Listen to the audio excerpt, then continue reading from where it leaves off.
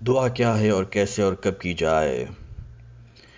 دعا ہماری زندگی کا مقصد، ہماری بندگی کا جوہر و جز اور زندگی کی شان و طاقت ہے۔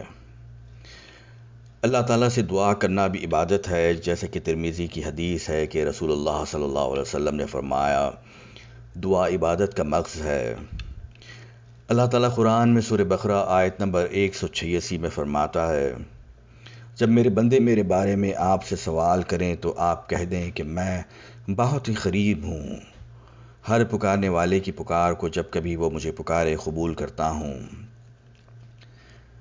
حدیث میں آیا ہے کہ جس کو امام ترمذی اور دوسرے محدثین نے روایت کیا ہے کہ نبی کریم صلی اللہ علیہ وسلم نے فرمایا، جب کوئی مسلمان اللہ تعالیٰ سے ایسی دعا کرتا ہے جس میں کوئی گناہ یا خطا رحمی کی بات نہ ہو تو اسے اس کے بدلے 3 چیزوں میں سے کوئی ایک چیز عطا کرتا ہے، یا اس کی وہ دعا قبول کرتا ہے، یا اس کو اس کے لیے ذخیرہ آخرت بناتا ہے، یا اس کے بدلے اس کی کوئی مصیبت کو ٹال دیتا ہے۔ افسوس کے دور حاضر میں مسلمانوں کی اکثریت روزمرہ امتحانی اور عارضی زندگی کے معاملات میں بعض دعاؤں سے، جن کا باقاعدہ اور سنت کے مطابق اہتمام نہایت درجہ ضروری ہے، غفلت کرتی ہے۔ اگر دعائیں کی بھی جاتی ہیں تو فہم و شعور، خلوص اور رضا الہی اور ایک شدید اور گہرے احساس کے ساتھ نہیں کرتی۔ دعا کے آداب میں سے یہ ہے کہ مسلمان اپنی دعا اخلاص نیت سے مانگے، اللہ تعالیٰ کی حمد و ثنا بیان کرے اور نبی کریم صلی اللہ علیہ وسلم پر درود سے دعا کی ابتدا کرے اور اسی طرح دعا ختم کرے۔ قبولیت کے یقین کے ساتھ دعا مانگنا، اللہ تعالیٰ کے علاوہ کسی اور سے نہ مانگنا، اپنے گناہوں کا اعتراف کرتے ہوئے اللہ تعالیٰ سے بخشش طلب کرنا، اللہ تعالیٰ کی دی ہوئی نعمتوں کا اعتراف کرتے ہوئے اس کا شکریہ ادا کرنا۔ مستحب یہ ہے کہ وہ وضو سے ہو، عاجز و منکسر ہو، اپنی آواز شائستہ انداز میں اور چھوٹی رکھے، قبلہ رخ ہو، اپنے دونوں ہاتھ اٹھایا ہوا ہو اور اپنی دعا التجا کے ساتھ کرے، کیونکہ وہ اللہ بڑا سخی اور درگزر کرنے والا ہے۔ ایک مسلمان کو چاہیے کہ وہ بہترین اوقات میں دعا کرنے پر توجہ کرے، جیسے فرض نماز کی آخر میں، تہجد کے وقت، بارش برستے وقت، جمعہ کے دن ایک گھڑی، سحری کے وقت، روزہ افطار کرتے وقت، آب زمزم پیتے وقت، اذان اور اقامت کے درمیان، سجدے میں، سفر میں، میدان جنگ میں، روزے کی حالت میں، شب قدر میں، عرفہ کے دن میدان عرفات میں، قرآن مجید کی تلاوت کے بعد۔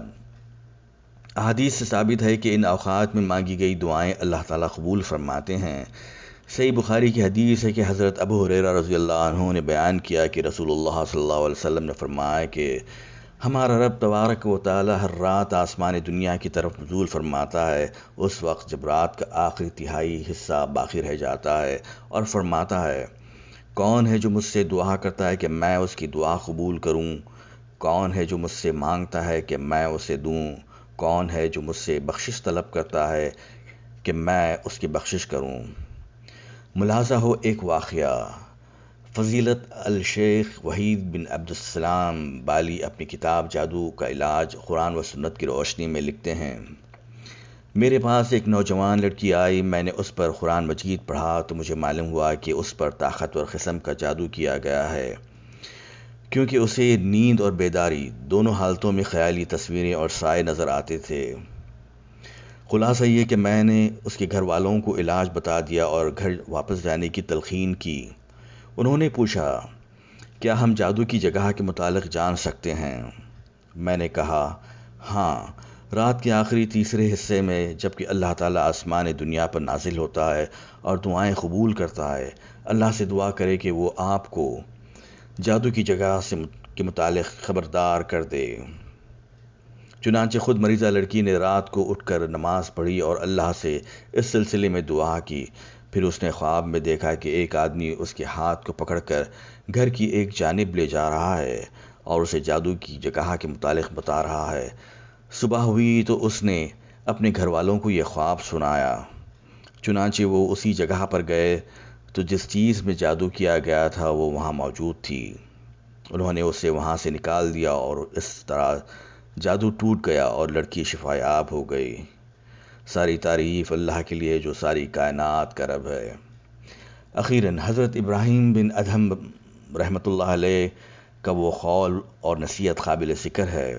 ایک دفعہ کسی نے ان سے پوچھا کہ ہم دعائیں کرتے ہیں لیکن ہماری دعائیں قبول نہیں ہوتی، اس کی کیا وجہ ہے؟ تو انہوں نے جواب دیا، تم نے اللہ کو پہچانا مگر اس کا حق ادا نہیں کیا، تم نے قرآن پڑھا مگر اس پر عمل نہ کیا، تم نے محبت رسول صلی اللہ علیہ وسلم کا دعویٰ کیا مگر سنت پر عمل نہ کیا۔ اللہ تعالی ہماری عاجز اور جائز دعائیں قبول فرمائے، کیونکہ وہی بہترین ہے جس سے سوال کیا جاتا ہے۔